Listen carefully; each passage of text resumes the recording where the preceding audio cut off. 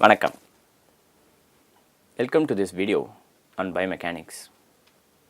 We have been looking at mechanics of biological materials. Specifically, in the last few videos, we were looking at bone as a biological material or as a biomaterial.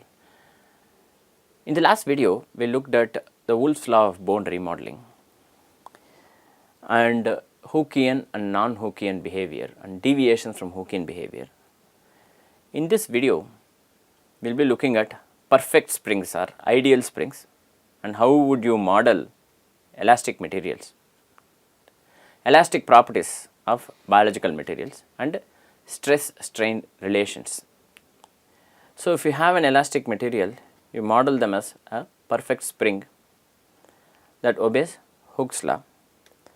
So, you know what the perfect spring equation looks like. The force that is developed in the spring is minus kx, where the force is F is the force that is felt by the object attached to the spring. The spring constant itself is k when the spring is extended to a distance of x. Also remember, there is a particular point at which the spring does not develop a restoring force or it does not develop a force or it does not respond. This length at which the spring does not develop a restoring force is called as resting length or equilibrium length, x naught. Now, if the length of the spring is at this point, then there will be no force that it will be developing. That also means that if there is a deviation in length from this point, the force that will be developed will be linearly dependent on the deviation from this resting length. So, the resting length is x naught. The more you deviate from this resting length, the more will be the force that will be developed by this spring. But not just that, I mean more means how? It will be linearly dependent. For linear springs, it will also be linearly dependent. That is, the relating quantity will be a constant or the relating coefficient will not have x in it. So, something to keep in mind. So, of course, it is possible that the more the deviation from the equilibrium position, the more will be the force, but that relationship need not be linear. That is another possibility, but here we restrict our attention to just linear springs, right. So, that means force developed is a function of deviation from resting length, how far away from resting length you are, and that is a constant of proportionality, that is k. Now, if the object has a cross sectional area A and a length L, remember, let us rewrite the previous equation or the precursor to this equation, this or the restoring force, this F is, what is this? That is k times change in length, right? Not, this is what we know. Now, let us say that I am multiplying and dividing by L naught here. You are wondering why would I do that? There is a reason why. So, I am multiplying and dividing by L naught, and so that gives me, you know, k L naught times L minus L naught by L naught, and then I am dividing on both sides by the cross sectional area A. In RHS, first I multiply and divide by L naught, having practically no other consequence, and then on both LHS and RHS I divide by area A. When I do that, I get something like this. F applied by A is k L naught by A times L minus L naught by L naught. This force applied by A is called as the stress sigma, okay. And this quantity L minus L naught by L naught is the so called engineering strain or strain, okay. L minus L naught itself is the deformation or the elongation. Okay. What is this then?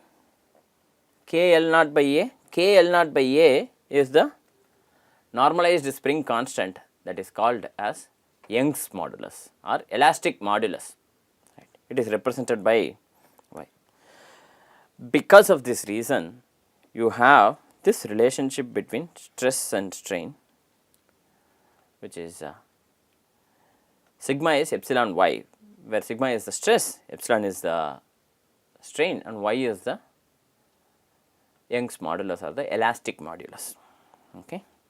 This relationship describing material property is true only when strains are much less than 1. So, when L minus L naught by L naught must be very small. For very small values this is true, because at other values this may not hold true. Okay.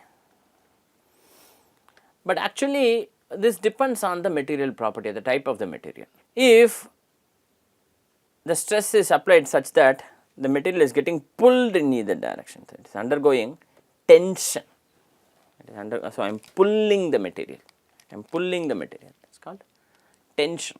So in that case, sigma is considered to be greater than 0, which leads to a tensile strain that is greater than 0. If I am compressing the material, if I am pushing on both sides, that leads to sigma less than 0 and leads to a compressive strain less than 0. It is called compression. And these are not the only two ways in which you can apply a force or a stress. There are other ways. Also something to remember, L minus L naught by L naught has no dimensions. So it is dimensionless. So that means sigma and y will have same dimension or the same unit. The unit of stress sigma and the elastic modulus y are Newton per meter squared, which is 1 Pascal, but more frequently we use this Newton per millimeter squared, because 1 Newton over a very large area of 1 meter squared is a very small stress, but 1 Newton in 1 millimeter squared is, so 1 Newton divided by 1 into 10 power minus 3 meter squared, is it not?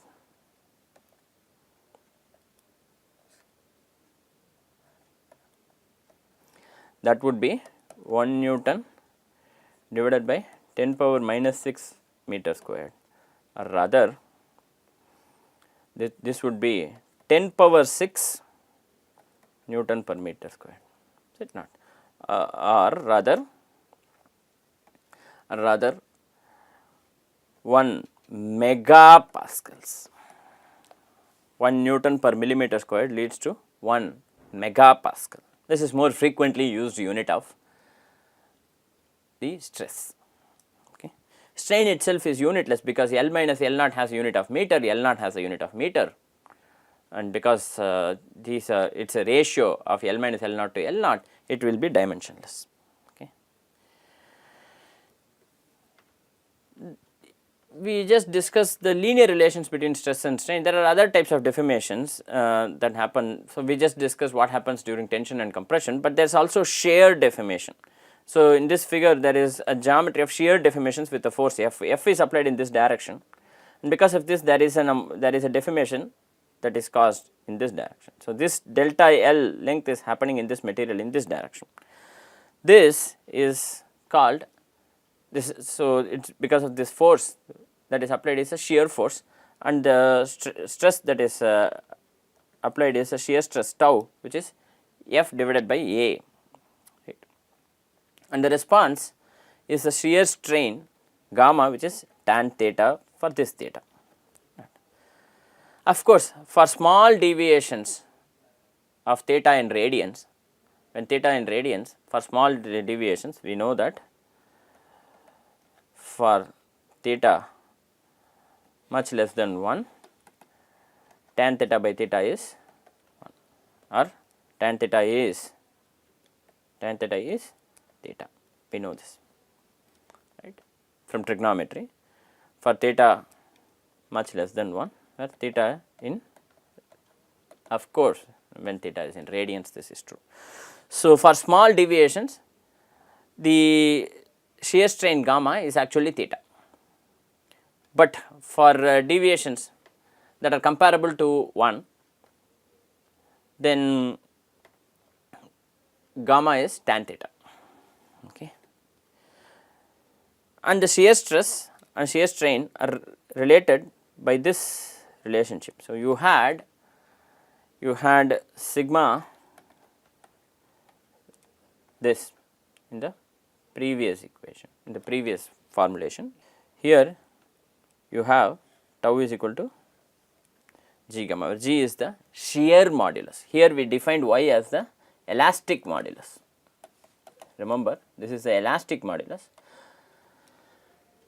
Note that these two are independent of each other. It is likely that one material will have a high elastic modulus and not necessarily a high shear modulus, and one material may have a high shear modulus and not necessarily a high elastic modulus. So, there is some relationship between these two, and that is not something that is trivial or a simple understand, that is not something that we can understand very simply. So, it is a property of the material.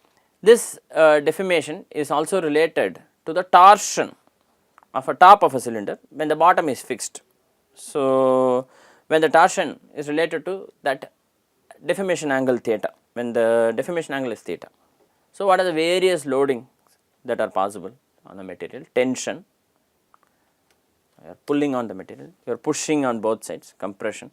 Of course, there is an exaggeration in the amount of deformation that will happen. These kind of deformations are actually large deformations, but just to show the difference, because what you can actually observe is a much smaller deformation, and those are the ones that are usually studied and experimented upon. But unless we show a finite deformation, you can't see it on the slide, which is why.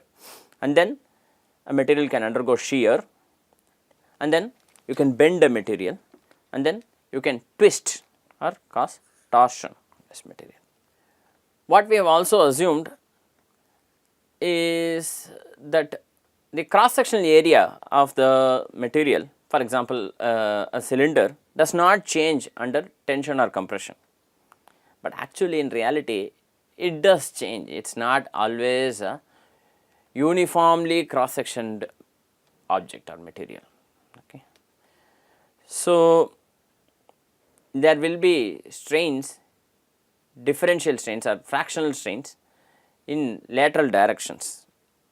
Right. There will be slightly different, strains in x and y directions.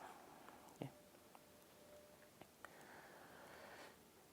In general, you can formulate a relationship between the strain in the longitudinal direction and the strain in the lateral direction, right. These two are related by the so called Poisson's ratio, right.